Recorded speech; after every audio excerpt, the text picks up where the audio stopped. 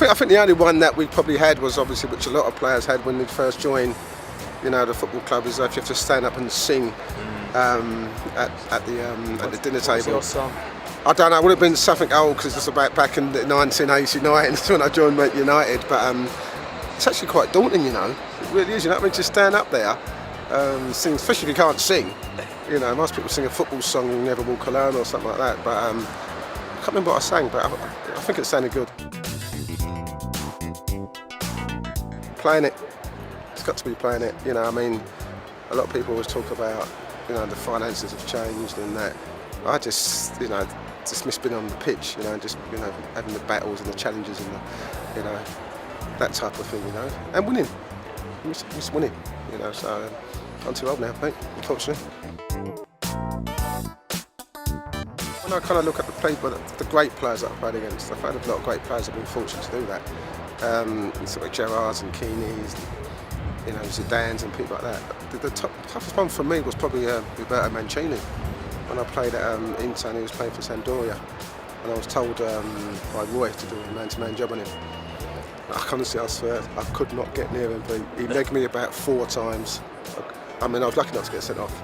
I mean, he was just so clever. He could see me coming in and just pop it off and get it back. And I was like red rag to a ball, to be fair. So when I kind of look at the players, you know what challenge you're going to get when you're playing Keeneys and Vieiras and Gerrards and that. You know the challenge, But when you've got someone who's kind of completely different to how I was as a player, they're tough because they're smart and they're clever than you,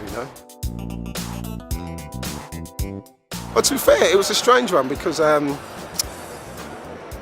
always had this kind of thing when I joined Manchester United that when we go out to warm up, and obviously we get back in, they're all sweaty, everyone's sweating and that, and straight away people put their shirts on to go out to play. And yet, because all the sweat's still there, it's sticking to the shirt. So I decided the first game at Old Trafford, we played Millwall, that I'd do it as I was coming out the tunnel. Couldn't do it now, obviously, because I'm a fat kid, but I could do it at the time. I did that and we won the game 5-1. So ever since then, I've always put my shirt on just as I'm coming out the tunnel. Gaza, without a doubt. I mean, there was a few. Fair enough, Giggs was a bit of a joker. Roberto Carlos was a bit of a joker. But the biggest joker was Gaza. I think we all know some of the antics and some of the stuff he's done. Some of the stuff he's done to me on a personal basis. I remember once we was in, I think we might have been in Albania. I was watching the first team play. I was at the under-21s at the time, and on the stand there was like a kind of shed with a hole in it. So me and Gazza said we tried to climb up there to get a better view of the game. So Gazza goes, "Ince, you go first. So the game started. All of a sudden I'm climbing up to get into this, and he's pulled my pants down. All you can see this big brown bum. You know what I mean? Sticking out. All the lads are laughing, X, Y, and Z. So the next day, all of a sudden, Graham Taylor comes in. Fuming. So what's wrong with him? The News of the World, I've got to send a picture of me trying to climb on this thing with this big black arse hanging out. I want to know who did it. To be honest, we didn't say it was Gazza. But that's what he was all about, Gazza. And listen, if you speak to a lot of pros who knew him, they've always got a story about him and what jokes he's played on them or himself,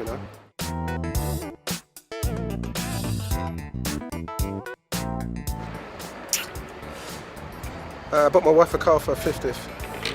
Yeah, in March 19th. Nice. Good car? Bentley.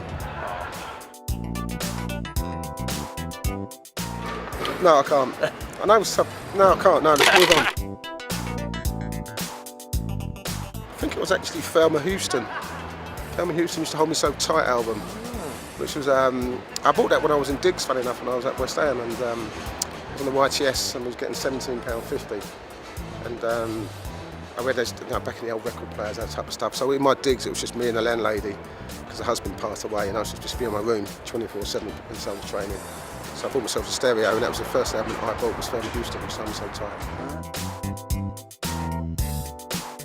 I've actually just got my first pet, and it's not even my pet.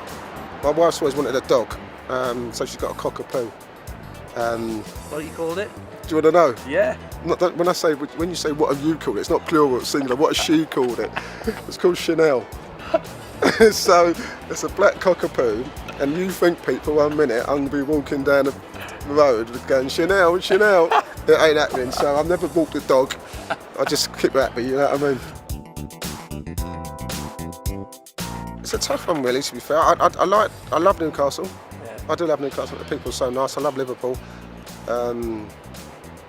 So London's changed a lot now since when I was last here. You played in Italy as well, Milan. What about worldwide then? I think Rome. I think Rome was, you know, I mean, Milan was nice, but it's not as nice as Rome was very nice. Parma was really, really nice. But Rome for me, if I said it like in Europe, then it'd be Rome. If I said in UK, it'd probably be Newcastle or Liverpool.